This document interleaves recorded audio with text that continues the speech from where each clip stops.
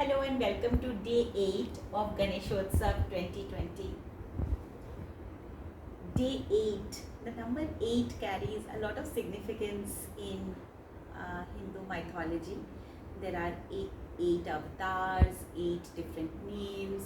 There is Ashtavinayak, there is Ashtadhatu. The number 8 has a very auspicious significance in Hindu mythology.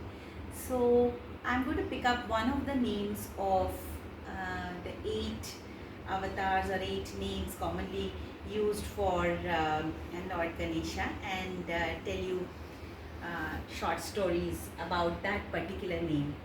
So let's start with a very common Vedic mantra that is there for praying to Lord Ganesha. एकदन्तं महाकायं लंबोदरं गजाननं विघ्नहर्ताकरं देवं हेरम्बं प्रणमाम्यहम्. Ekdantam. We hear that very frequently about Ganpati. And let us go into a little detail about why Ekdant. If you have noticed, any idol of Lord Ganesha very closely, you will find that he is with one full tusk and one tusk which is broken. That is why Ekdant. Usually this one tusk is also celebrated as singularity of mind, singularity of purpose, of going ahead and surging ahead without any dichotomy or duality in our lives. So following one faith, following one God, having the faith that we will be able to achieve singularity, and that is the way to achieve moksha, is what Ekdant signifies in Vedic terms. But in terms of stories, there are 3 clear stories that we find telling us how Ganesha came to be Ekdant. The very popular story is around writing of Mahabharata. As you know, Mahabharata was written by Rishi Vedyas. Rishi Vedyas said that the entire story came to him in one dream, in one shot, and he didn't want to forget it. When he tried to write the story on his own, he found that the speed at which the story was going in his mind was not matching up to the speed at which he could write. So he prayed to Lord Ganpati and he requested assistance in this matter. And Ganpati himself came down to write down the Mahabharata as a scribe for Vedyas. So Vedyas dictated and Ganpati wrote. In this process, the dictation was so fast that Ganpati kept on breaking one wooden quill after another, and there was no way. He tried every possible way and different kind of quills and feathers to write the Mahabharata, but he was not able to keep pace with the speed at which Vedyas was going.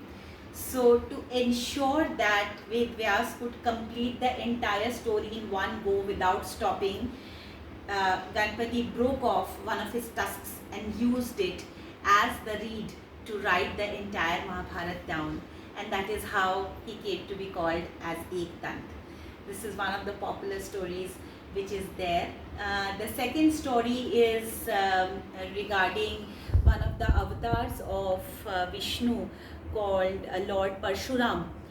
We have all heard of Parshuram Rishi and how fierce his temper was, and he could burn down anything simply by looking at it and just pointing towards it. He was a very, very pious saint, and he had achieved a lot of great heights, but it was his temper which was his biggest shortcoming. Parshuram is the 6th avatar of Vishnu, and it is said that he had gone up to Mount Kailash to meet Shiva and Parvati, and since they were sleeping, they had asked Ganesh to guard their door.